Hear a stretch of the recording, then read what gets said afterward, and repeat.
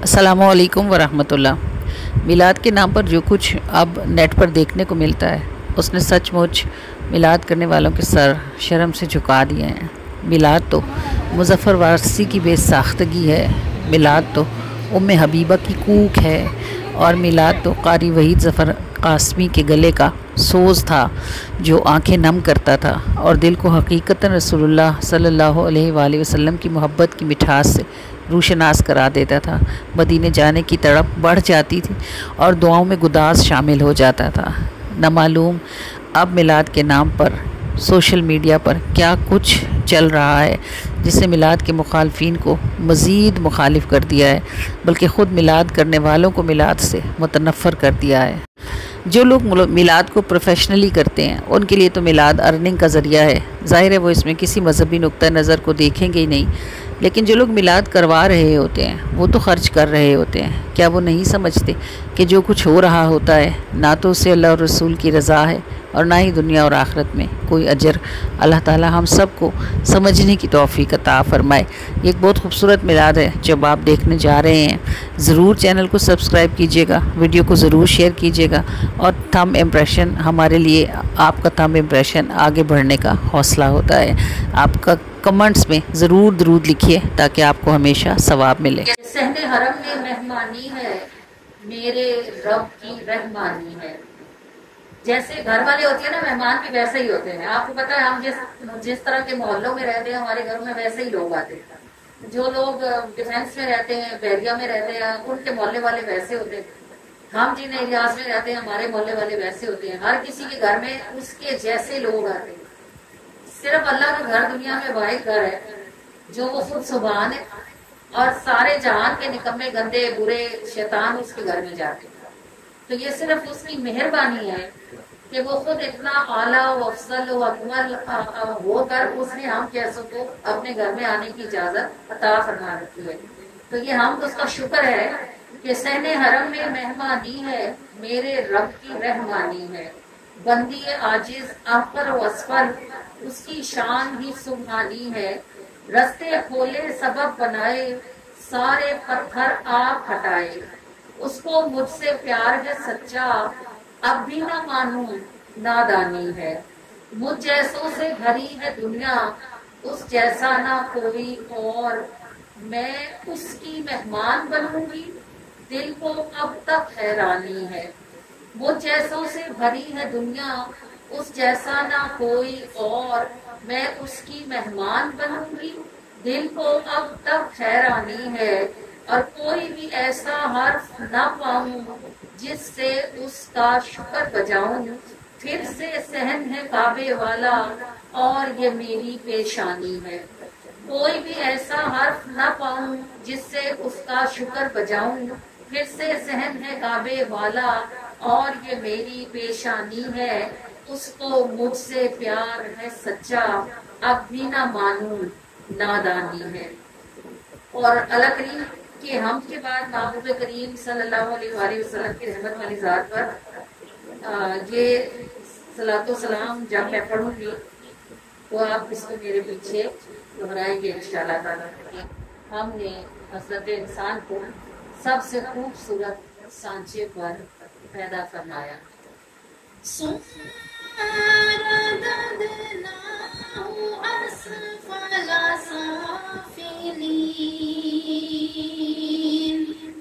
ہم نے اسے کمزور اور ننھے بچے سے ایک جوان زور رکھنے والا مضبوط اور توانا انسان بنایا، اور پھر اس کی توانائی کو گھٹاتے ہوئے اس کو کمزوری کے نچلے ترین درجے پر لے آئے کہ وہ جو خود مسئلے سلجھاتا تھا اب مسئلے بناتا ہے، اور جسے بغیر کہے بات سمجھ آتی تھی اب اسے دہرا کر بتائی جائے تب بھی وہ سمجھنے کے قابل نہیں ہے۔ وَأَسْفَلَ سَافِلِينَ، نیچی سے نیچی حالت کی طرف ہم نے اس کو پھیر دیا۔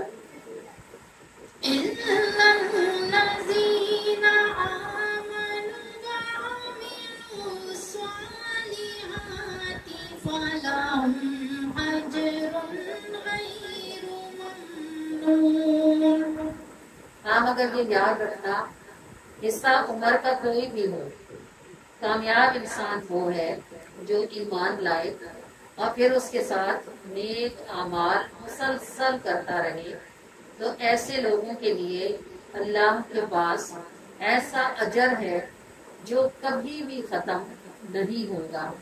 جب ایک بار وہ ان نعمتوں میں داخل کیے جائیں گے تو پھر کبھی بھی وہاں سے نکالے نہیں جائیں گے۔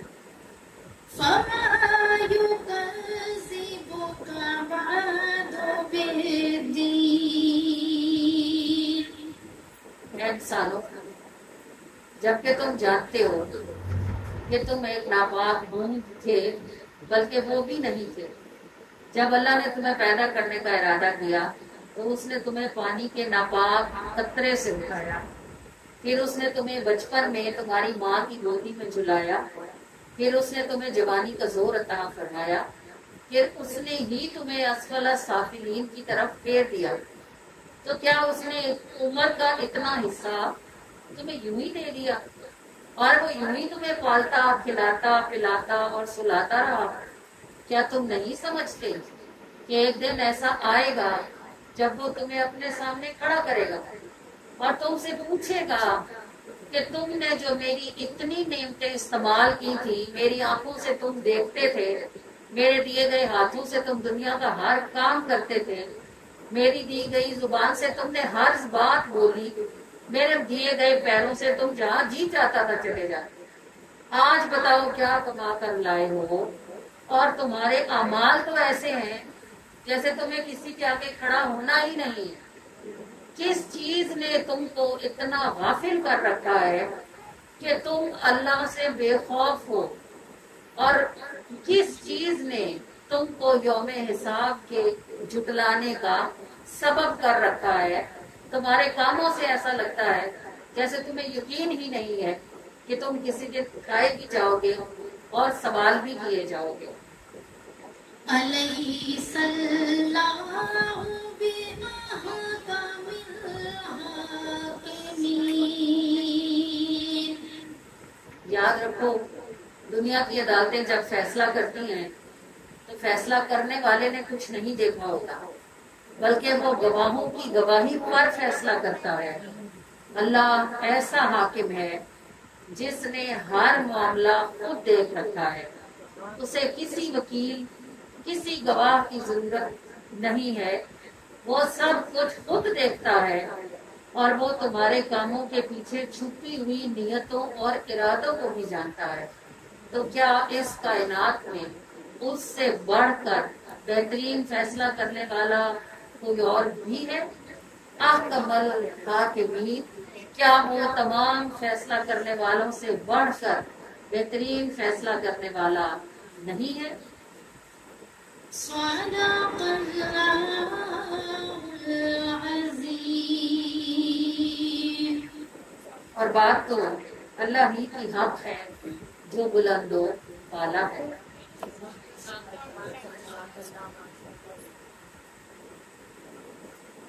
نہیں ہے جس سے بچیوں کے ہاتھ پیلے کیے جائیں۔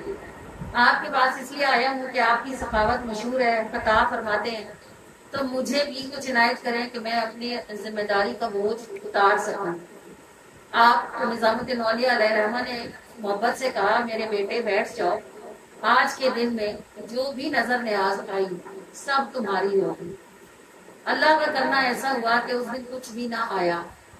آپ نے اس سے کہا دل برداشتہ نہ ہو، یہیں ہمارے پاس ٹھہر جاؤ، آج کھانا کھاؤ، رات یہیں سو جاؤ، کل صبح سے شام تک جو بھی کچھ آیا وہ تمہارے لیے ہوگا۔ اور اللہ تعالیٰ کا چونکہ فیصلہ ہو چکا تھا، 3 دن تک کچھ بھی نہ آیا۔ تیسرے دن وہ سید زادہ جب رخصت ہونے لگا تو اس کا دل بڑا خفا تھا۔ آپ نے حضرت نظام الدین اولیاء نے اپنے جوتے اتارے، اس زمانے میں لکڑی کی جوتیاں چلتی تھی جن کو کھڑاؤں بولتے تھے، کھڑائیں اتاری، اپنی دونوں پہنی ہوئی استعمال شدہ اور ایک کاغذ میں لپیٹ کر اس کے حوالے کیے اور کہنے لگے، میاں صاحبزادے، تمہارے نصیب میں ہم نے 3 دن انتظار کیا، اللہ کی طرف سے کچھ بھی حکم نہیں تھا، یہ ہمارے جوتے لے جاؤ اور شاید تمہارے کسی کام آ جائیں، انہیں بیچ کے کچھ رقم مل جائے گی، چلو خالی ہاتھ نہ جاؤ تو یہ لیتے جاؤ۔ وہ سید زادہ دل میں بڑا خفا ہوا، اس نے سوچا کہ اتنی بڑی دربار میں آیا تھا کہ اب 7 نہیں تو 2-3 بیٹیوں کی ذمہ داری سے تو یہاں سے فارغ ہو ہی جاؤں گا، تو ملا کیا لکڑی کی جوتیاں. وہ بڑی بددلی سے وہ جوتیاں اس نے پرانے کپڑے میں لپیٹی اور چل پڑا, وہاں سے رخصت ہو گیا. چلتے چلتے وہ دہلی پہنچا. کیلو کھڑی سے دہلی تھوڑے فاصلے پر تھا. وہ دہلی پہنچا, رات ہو چکی تھی. اس زمانے میں ہوٹل جو ہوتے تھے ان کو سرائے بولتے تھے.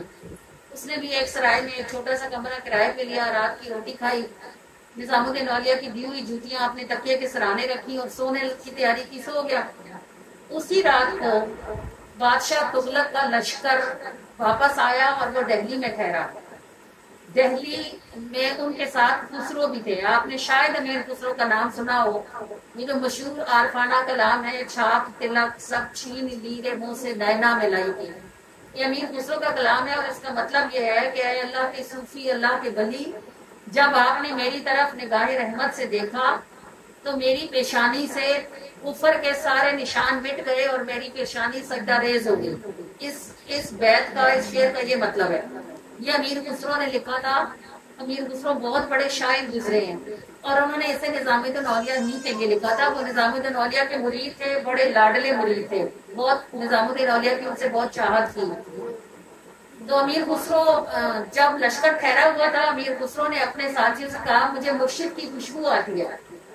تو ساتھی کہنے لگے کہ کیلو کھڑی یہاں سے میلوں دور ہے, آپ کے مرشد وہاں ہیں, بھلا دہلی میں ان کی خوشبو کیسے آ سکتی ہے. امیر خسرو بڑے بیتاب ہوئے, اتنے بیتاب ہوئے کہ اپنے خیمے سے باہر نکل آئے اور اپنے ساتھی, ان کے ساتھی بھی پیچھے نکل آئے. اب وہ خوشبو کے پیچھے چلنا شروع ہوئے. خوشبو کے پیچھے چلتے چلتے وہ اس سرائے تک پہنچ گئے جس میں وہ آدمی سو رہا تھا جس کے پاس نظام الدین اولیاء کی جوتیاں تھیں.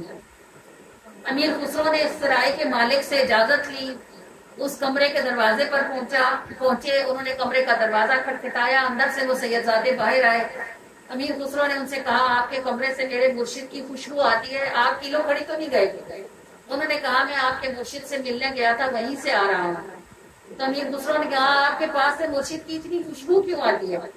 وہ کہنے لگے میں 3 دن آپ کے مرشد کے پاس رہا لیکن مجھے تو کچھ نہ ملا, یا آپ کے مرشد نے اپنی کھڑائیں مجھے دے دی, اپنی کھڑاؤں جو ان کی ہیں. امیر خسرو بےتابانہ اندر کی طرف لپکے اور آپ نے فرمایا کہاں ہے میرے مرشد کے نالین؟ تو وہ سیدزادہ حیران ہوا. اس نے کہا وہ پڑے ہیں. امیر خسرو نے کہا چونکہ مرشد نے آپ کو دیے ہیں, آپ کی ملکیت ہے, اگر میں آپ سے خریدوں تو کیا مجھے بیچ دیں گے؟ اب بات یہ ہوتی ہے کہ وہ کہتے ہیں نا ہیرے کی قدر جوہری کو پتا ہوتا ہے. تو امیر خسرو کو ہی پتا تھا کہ مرشد کے جوتے کیسے قیمتی ہو سکتے ہیں, کسی جاہل کو تو نہیں پتا ہو سکتا تھا. تو وہ سیدزادے جو تھے وہ بڑے حیران ہوئے. انہوں نے کہا خرید لیں, آپ کتنے کی خریدیں گے؟ امیر خسرو کہنے لگے میرے پاس 7,000 چاندی کے سکے ہیں, اگر آپ یہ سارے لے کر مجھے میرے مرشد کے جوتے دے دیں تو آپ کی بڑی مہربانی. اس سیدزادے کا منہ کھلے کا کھلا رہ گیا. اس نے کہا مجھے تو 2-3 ہزار بھی کافی تھے, یہ تو 200-300 کے بھی تھے, یہ آپ 7 لاکھ سکے. اس نے کہا مجھے تو 2-3 ہزار بھی کافی ہو جائیں گے, 7 لاکھ سکے. امیر خسرو نے فرمایا, امیر خسرو نے سمجھا شاید دینا نہیں چاہتا. امیر خسرو نے فرمایا اگر تم میرے ساتھ واپس کیلو کھڑی چلے تو میں تجھے اتنے ہی سکے اور دوں گا, یعنی 14 لاکھ جیتل تجھے میں دوں گا, میرے مرشد کے جوتے مجھے دے دے. وہ بھاگا اندر جلدی سے کپڑوں میں سے جوتے اٹھا کے لایا. اس نے امیر خسرو کو دیے اور امیر خسرو نے جو 7 لاکھ جیتل ان کے پاس تھے, جو بادشاہ نے انہیں قصیدہ لکھنے پر انعام دیا تھا, انہوں نے وہ سارے کی ساری گوریاں جو توڑے بھرے ہوئے تھے وہ اس کے حوالے کیے. 7 سپاہی کیے, 7 گھوڑے دیے کہ یہ سارا سامان اس کے گھر پہنچاؤ. 7 رکا لکھ کے دیا تاکہ کوئی زیادتی نہ کرے اور یہ نہ سمجھے کہ انہوں نے ڈاکہ مارا ہے. ان سیدزادے کو خوش بھیج کر امیر خسرو نے اپنے مرشد کے جوتے اٹھائے, ان کو چوما اور پھر دہلی سے کیلو کھڑی تک ایسے سفر کیا کہ مرشد کے جوتے امیر خسرو کے سر پر تھے. جب وہ کیلو کھڑی پہنچے اور خانقاہ میں داخل ہوئے تو زاروں قطار روتے تھے اور مرشد کے جوتے سر پہ اٹھائے ہوئے تھے. مرشد نے امیر خسرو کو دیکھا تو مسکرا کے کہنے لگے ترک زادے. امیر خسرو ترک تھے نا, ترکی سے تعلق رکھتے تھے. تو نظام الدین اولیاء مسکرائے اور آپ نے فرمایا امیر خسرو ہمارے لیے کیا لائے ہو؟ تو وہ اچھیوں سے رو رہے تھے, کہنے لگے آپ کے لیے آپ کے نالین ہی لے کر آیا ہوں. تو مسکراتے ہوئے پوچھا نظام الدین اولیاء نے کتنے کے خریدے؟ کہنے لگے 7 لاکھ جیتل کے. نظام الدین اولیاء مسکرائے اور آپ نے فرمایا صاحبزادے سستے خرید لیے. تو وہ اور رونے لگے, کہنے لگے خدا کی قسم اگر وہ میری کھال بھی مانتا تو میں اپنی کھاد اتار کے اس کو دیتا اور آپ کے جوتے خرید کے لے آتا ہے۔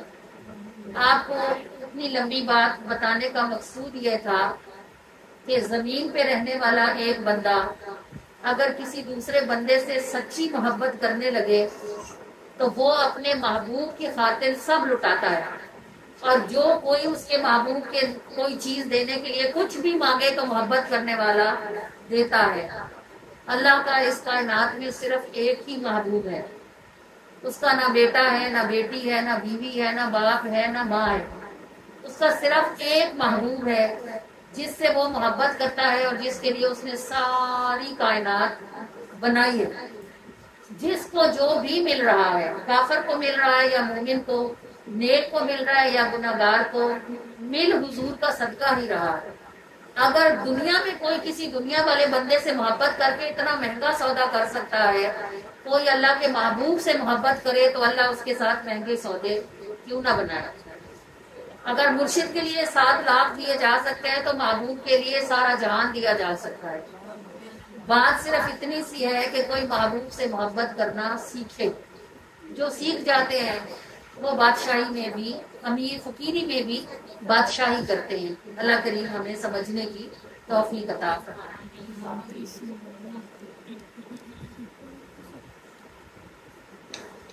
تیری جانب میرے مولا سفر اگرچہ آدھا ہے، تیری عطا کی بارش لیکن میری طلب سے زیادہ ہے۔ تیری جانب میرے مولا سفر اگرچہ آدھا ہے، تیری عطا کی بارش لیکن میری طلب سے زیادہ ہے۔ لا الہ الا اللہ، لا الہ الا اللہ، لا الہ الا اللہ، لا الہ الا اللہ، الا اللہ۔ نفس ہے اندر باہر شیطان، ایک محشر سا رہتا ہے۔ نفس ہے اندر باہر شیطان، ایک محشر سا رہتا ہے۔ تیرے کرم کے زور پہ مولا ذات میری ایستادہ ہے، تیرے کرم کے زور پہ مولا ذات میری ایستادہ ہے۔ تیری عطا کی بارش لیکن میری طلب سے زیادہ ہے۔ لا الہ الا اللہ، لا الہ الا اللہ، لا الہ الا اللہ، لا الہ الا اللہ، الا اللہ۔ دعویٰ لائق منہ تو نہیں ہے، پھر بھی تجھ کو چاہتی ہوں۔ دعویٰ لائق منہ تو نہیں ہے، پھر بھی تجھ کو چاہتی ہوں۔ نہ کوئی محراب جبیں پر، نہ کوئی سجادہ ہے، نہ کوئی محراب جبیں پر، نہ کوئی سجادہ ہے۔ تیری عطا کی بارش لیکن میری طلب سے زیادہ ہے، جسے ہم بچائے جاتے ہیں،